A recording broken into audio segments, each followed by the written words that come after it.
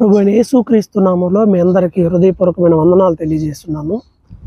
ప్రియులారా, దేవుని కృపను బట్టి ఈరోజు మరొక గ్రంథాన్ని మనం ధ్యానించడానికి ప్రభు మనకి ఇచ్చినటువంటి శ్రేష్టమైన సమయాన్ని బట్టి ప్రభువుని గణపరుస్తున్నాను.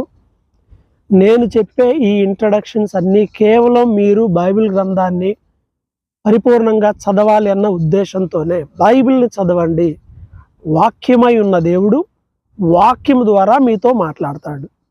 ప్రతి గ్రంథాన్ని ఎందుకు ఇలా కొంత సమయం తీసుకుని మరీ చెప్తున్నానంటే, ఏదో వ్యూస్ వస్తాయనో, సబ్స్క్రైబ్స్ వస్తాయనో, లేకపోతే మనకి యూట్యూబ్లో ఏదో అవుతుంది, ఇలాంటి చెత్త ఆలోచనలు నాకు ఉండవు. ఎందుకంటే నా లక్ష్యం ఒకటే, కేవలం ఎవరైతే ఇది నాకు అర్థం కావట్లేదని అడుగుతారో అప్పటికప్పుడు నేను వాళ్ళకి ఇదంతా విడమరిచి ఇంత వివరంగా డైరెక్ట్గా నేను చెప్పలేను. కాబట్టి ఈ వీడియో రూపంలో చేసి పెడుతున్నాను తప్ప వేరే ఆప్షన్స్ ఏమీ నా బ్రెయిన్లో లేవు. కాబట్టి బైబిల్ గ్రంథంలో ఈరోజు మనం చూడబోతున్నటువంటి ప్రవక్త యోవేలు. బైబిల్ గ్రంథంలో ఆయా రాజుల కాలంలో దేవుడు కొంతమంది ప్రవక్తలను ఏర్పాటు చేసుకుని వారి పట్ల తన యొక్క ఉద్దేశాన్ని, ఆ ప్రజల పట్ల దేవుని యొక్క ఉద్దేశాన్ని దేవుడు తెలియజేశాడు. అలాంటి ప్రవక్తలలో ఒకడు యోవేలు.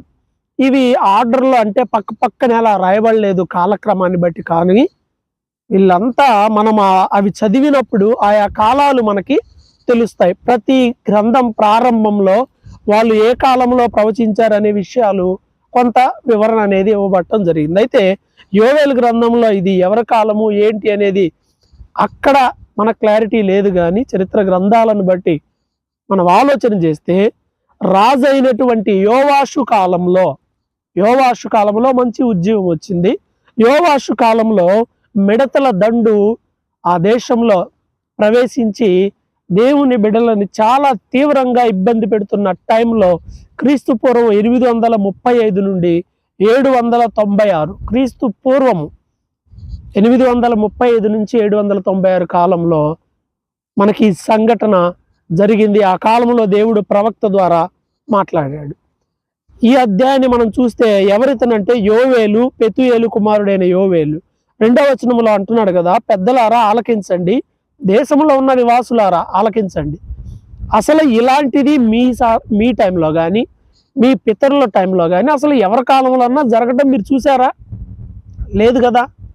ఇలాంటి దారుణమైన సంఘటన ఎక్కడా లేదు. చెప్పండి, మీ పిల్లలకు కూడా తెలియజేయండి. ఏం జరుగుతుంది అంటే 4వ వచనం 1వ అధ్యాయం 4వ వచనం చెప్తుంది కదా, గొంగళ పురుగులు తినేస్తున్నాయి, అవి తినగా విడిచిపెట్టిన వాటిని మిడతలు తినేస్తున్నాయి, మిడతలు తినగా విడిచిపెట్టిన పసర పురుగులు తింటున్నాయి, పసర పురుగులు తినగా విడిచిపెట్టినవి చీడ పురుగులు తినేస్తున్నాయి. ఇలా వరుసగా వన్ బై వన్ ఇవన్నీ తినబడతా ఉంటే ఇక పంట ఏమో వస్తుంది చేతికి. అంటే ఏమీ లేదు, పంట అనేది పూర్తిగా నాశనం అయిపోయింది అని.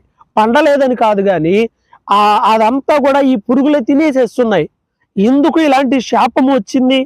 బైబిల్ గ్రంథంలో ఆమోసు అనేటువంటి ప్రవక్త కూడా ప్రవచించేస్తాడు. ఇదే విషయం గురించి కూడా ఆయన మాట్లాడిన సంగతి మనకు ఆమోసు గ్రంథం 4వ అధ్యాయంలో చూసినట్లయితే ఇక్కడ ఒక మాట ఉంటుంది. అదేంటి అని అంటే, మీరు నా మాట వినలేదు కాబట్టి నేను గొంగళి పురుగులు వచ్చి మీ విస్తారమైన వనములు, ద్రాక్ష తోటలు, అంజూరపు చెట్లు, ఒలివ చెట్లు తిన్నాయి, అయినా సరే మీరు నా వైపు తిరగలేదు అంటున్నాడు. అంటే దేవుడు తన ప్రజలు తనను విడిచి దైవములు కాని వాటిని ఆరాధిస్తూ అన్య దేవతలకు ఆకాశరానికి ధూపం వేస్తూ పిండి వంటలు చేసుకొని తింటూ ఉన్నారు. ఈ క్రమంలో దేవుడు వారికి తెలియడం కోసం ఈ నష్టం వచ్చినప్పుడైనా సరే, లేదు వాళ్ళకి ఈ బాధ వచ్చినప్పుడు సరే అయినా నా వైపు తిరుగుతారేమో అని కొన్నిటిని అనుమతిస్తాడు జీవితంలో. వాళ్ళు అనుమతిస్తే అయినా వాళ్ళు తిరగలేదు. అందుకే యోవేలు ఏమన్నాడంటే, మత్తులారా మేలుకొని కన్నీరు విడవండి, ద్రాక్ష రసం పానం చేసే వాళ్ళారా రోదనం చేయండి. ఎందుకు అని అంటే, మీకు కొత్త ద్రాక్ష రసం అనేది రాలేదు. మీ కొత్త ద్రాక్ష రసం అనేది మీ నోటికి రావడం వల్ల ఇంకా పాతది, అంటే కొత్త పంట లేదు, పంట అనేది మీ చేతికి రాలేదు. కాబట్టి ఇదిగో బలమైనటువంటి మిడతలు వచ్చేసినాయి. అలాగే ఇవి ద్రాక్ష చెట్లను పాడు చేస్తున్నాయి, అంజూరపు చెట్లు పాడు చేస్తున్నాయి. కాబట్టి వీటి నిమిత్తమై మీరు ప్రార్థన చేయండి అన్నాడు. 8వ వచనంలో అంటాడు కదా, పెనిమిటిపోయిన యవనస్తురాలు యవన కాలంలో భర్తను పోగొట్టుకున్న ఓ యవనస్తురాలు ఎలా అంగలారుస్తుందో అలా చేయండి. ఎందుకంటే ఈ పంట లేదు కాబట్టి నైవేద్యం కూడా దేవుని యొక్క సన్నిధికి రాలేదు దీని పర్యవసానం వల్ల. లేదు, కొత్తది వస్తే కదా వాళ్ళు దేవుడి మందిరాన్ని తీసుకురావడానికి.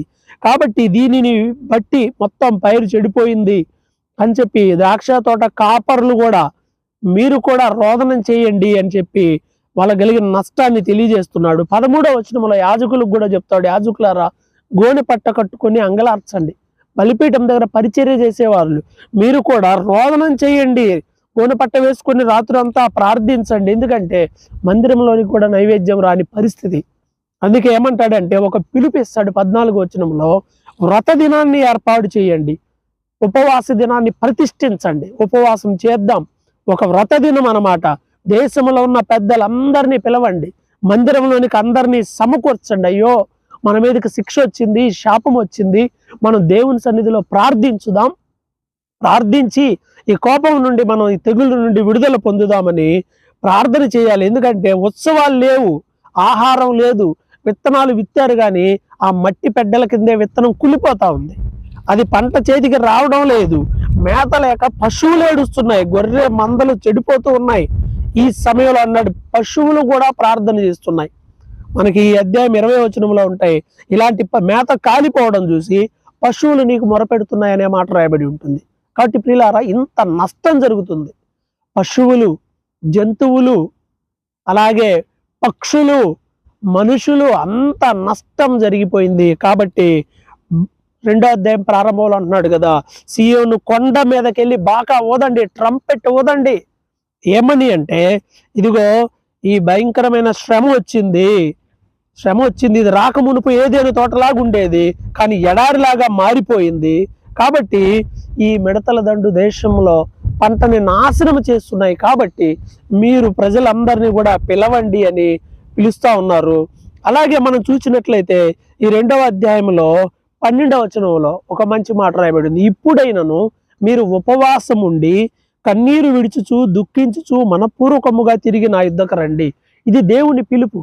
ఇదంతా ఎందుకు వచ్చిందంటే కేవలం వాళ్ళు దేవుని వాక్యానికి విరోధంగా జీవించడం వల్ల వచ్చింది. అందుకే ప్రభు ఏమంటున్నాడంటే ఇప్పుడైనా అయిపోయింది, ఇప్పుడైనా తిరిగి రండి, మనస్ఫూర్తిగా రావాలి. ఏదో కష్టం వచ్చిందని రావడం కాదు. కొంతమంది కష్టం వచ్చిందని వస్తారు, అలా కాదు. కష్టం వచ్చినప్పుడు వస్తావు, ఆ కష్టం పోయాక మరలా తిరిగేటి వెళ్తావో తెలియదు. అలా కాకుండా మనస్ఫూర్తిగా నా దగ్గరకు రండి. అప్పుడు దేవుడు కరుణా వాత్సల్యములు గలవాడు, శాంతమూర్తి, అత్యంత కృపగలవాడు. కాబట్టి ఏ కీడు చేయాలనుకుంటాడో ఆ కీడు చేయక మేలు చేస్తాడు. వస్త్రాలు కాదు మీ హృదయాలను చింపుకోండి. ఏదో ఉపవాసం అంటే గోనె పట్టు కట్టుకోవడం, వస్త్రాలు చించుకోవడం. ఎందుకంటే రాజు దేవుని వాక్యాన్ని విని వస్త్రాలు చించుకున్న సంఘటన మనకు బైబిల్లో కనిపిస్తాయి. మంచిదే, అది దుఃఖానికి బాధకి చిహ్నమే. అయితే కేవలం వస్త్రాలే కాదు, హృదయాన్ని చించుకోనండి. హృదయం చించుకోవటం అంటే ఏంటంటే గుండె చించుకొని మాట్లాడుతున్నాడండి అంటే బాధ కలిగితే అలా మాట్లాడతారు. అలా దేవుని సన్నిధిలో కూడా మన హృదయం అంతటితో మొరపెట్టాలి అని వారికి పిలిపిస్తాడు. ఎందుకంటే ఒకవేళ మన ప్రార్థన విని దేవుడు ఈ కీడుని, శాపాన్ని ఆశీర్వాదంగా, దీవెనగా మారుస్తాడేమో. వ్రత దినాన్ని ఏర్పరచండి, ఉపవాసాన్ని ప్రకటించండి, అందరినీ పిలవండి. 2వ అధ్యాయం 16లో అంటుంది, జనులు అందరు రావాలి, అందరినీ సమకూర్చండి, పిల్లలు, పెద్దలు, పాలు తాగే పిల్లలు కూడా, స్తన్యపానము చేయు బిడ్డలను కూడా తోడుకొని రండి. పెళ్లి కుమారుడు అంతఃపురంలో నుండి రావాలి, పెళ్లి కుమార్తె కూడా గదిలో నుంచి రావాలి. ఇంత జరుగుతుంటే ఇలా ఎలా సంతోషంగా ఉండగలుగుతారు అంటే ఇక్కడ ఎవరికి మినహాయింపు లేదు. దేశంలో అందరూ ఈ ఉపవాస ప్రార్థనలో పాల్గొనాలి. యాజకులు మండపం, బలిపీఠం మధ్యలో నిలబడి, ప్రభువా ఇలా జరిగితే ఎలా అన్య జనుల మధ్య నీ నామం దూషణకు గురవుతుంది కదా, జాలి చూపించు ప్రభు అని యాజకులు, పరిచర్య చేసేవాళ్ళు కూడా దేవుని యొక్క జాలి కొరకు, కృప కొరకు కనిపెట్టాలని పిలుపు ఇవ్వటం జరుగుతుంది. ఇందు నిమిత్తం ఇలా ప్రార్థన చేస్తే అన్ని జనుల మధ్య తన నామాన్ని దోషణ గురి కాకుండా కొత్త ధాన్యం, కొత్త ద్రాక్షరసం మీకు వస్తుంది. అప్పుడు దేవుడు మా కోసం గొప్ప కార్యాలు చేశారని అందరూ అనుకుంటారు అని చెప్పి ఆ ప్రార్థనకి పిలుపునిచ్చాడు. ప్రియులారా, దీని ద్వారా మనం నేర్చుకోవాల్సింది ఏంటంటే మన జీవితంలో నష్టం, కష్టం, ఇబ్బందికరమైన పరిస్థితి, వ్యతిరేకమైన పరిస్థితులు వచ్చినప్పుడు ప్రభు దగ్గరికి వెళ్ళాలి. అందరూ చిన్న పెద్ద ఇవి అవి ఏం లేదు. ఇక్కడ చూసాం కదా, అందరూ కూడా ప్రభు దగ్గరకు రావాలి. అలా వచ్చి ప్రార్థన చేసినప్పుడు దేవుని ప్రవచనం 21వ వచనం 2వ అధ్యాయంలో, దేశమా భయపడక సంతోషించి గంతులు వేయి, దేవుడు మరలా మీకు సమృద్ధి అయిన పంటనిస్తాడు, ద్రాక్ష పండ్లు పండుతాయి, మరలా ఒలీవల చెట్లు చక్కగా పెరుగుతాయి, ఉత్సహించండి యెహోవా యందు, ఆయన తొలకరి వర్షాన్ని మీకు అనుగ్రహిస్తాడు, కడవరి వర్షం కూడా మీకు ఇస్తాడు, కొత్త ధాన్యం వస్తుంది, కొత్త ద్రాక్ష రసం వస్తుంది, గానుగ పైగా పారుతుంది, మీరు చక్కగా కడుపు నిండా తిని హ్యాపీగా ప్రభువుని గణపరుస్తారు అనే మాట అక్కడ రాయబడింది. అలా ప్రార్థన చేసినందువల్ల దేవుడు జరగబోయే కార్యాన్ని కూడా వాళ్ళకి తెలియజెప్పాడు. ఏమని చెప్పాడంటే, ఈ పసర పురుగుల్ని, మిడతల్ని, చీడ పురుగుల్ని అన్నిటిని నేను తరిమేసేస్తాను. చూడండి, రైతులు ఈరోజు పంట పండించడానికి ఎన్ని మందులు వాడుతున్నారు. మందుల ఖర్చు ఎక్కువైపోతుంది పంటకి. దేవుడు అంటున్నాడు, నాకు ప్రార్థన చేస్తే మీ పంటను తినేసే పురుగులను నేను గద్దిస్తాను అని అంటాడు. ప్రియమైన వారలా, మన దేవుడు సర్వాధికారి అయిన దేవుడు. ప్రకృతి అంతటి మీద ఆయనకి అధికారం ఉన్నది. ఆయన అధికారాన్ని గుర్తించి ప్రార్థిస్తే ఆయన ఏదైనా చేస్తాడు, ఏదైనా చేయగలడు, కథ మొత్తం మార్చగలడని బాగా వాడుతున్నారు కదా. కథ మార్చగలడు, అయితే మనం ప్రార్థించాలి. ప్రార్థన చేయకుండా ఎవరో కథ మారుస్తావు ప్రభు అంటే ఏం మారదు, అంతే ఉంటుంది కథ. ప్రార్థించాలి, ఉపవాసం ఉండి అంటాడు కదా, నా జనులు ఇక ఎన్నడూ సిగ్గునందరు అని 26వ వచనంలో అంటాడు. తర్వాత 28వ వచనంలో ఒక గొప్ప ప్రవచనం అనేది రాయబడింది 28లో. ఇది క్రొత్త నిబంధనలో అపోస్తుల కార్యములు 2వ అధ్యాయంలో నెరవేర్చబడింది ఈ ప్రవచనం. చూడండి ఎన్ని సంవత్సరాలు అంటే, దాదాపుగా ఒక 800 సంవత్సరాలు క్రితం జరిగిన సంఘటన అది.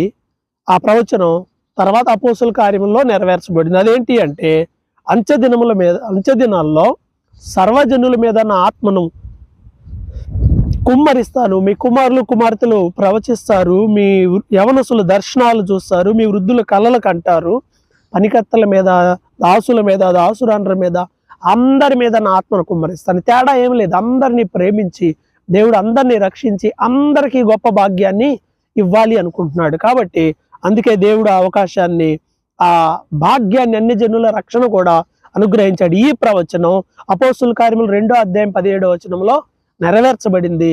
అందుకే పేతురు ఆ సందర్భంలో ఈ మాట చెప్తాడు. ఇది ప్రవచనం. ఆ రోజు రాకముందు ఏం జరుగుతుంది? సూర్యుడు, చంద్రుడు, అక్కడ జరిగే మార్పులు, యేసు ప్రభు చనిపోయినప్పుడు అవి జరుగుతాయి. చీకటి అయిపోతుంది, పగల్లో భూకంపం కలుగుతుంది. సో ఈ సూచనలన్నీ కూడా జరిగిపోయినాయి. అవన్నీ, సూర్యుడు తేజహీనుడు అయిపోయాడు, అవన్నీ జరిగినాయి. ఆ రోజుల్లో ఆయన నామమును బట్టి ప్రార్థన చేసేవాళ్ళు రక్షించబడతారని 2వ అధ్యాయం ముగించబడింది. ఇక చివరి అధ్యాయం 3వ అధ్యాయంలోకి వచ్చేపాటికి దేవుడు వారిని చెరలోనికి తీసుకెళ్తాడని, చెర నుండి మరలా వస్తాడని ప్రవచనం ముందే చెప్పబడింది.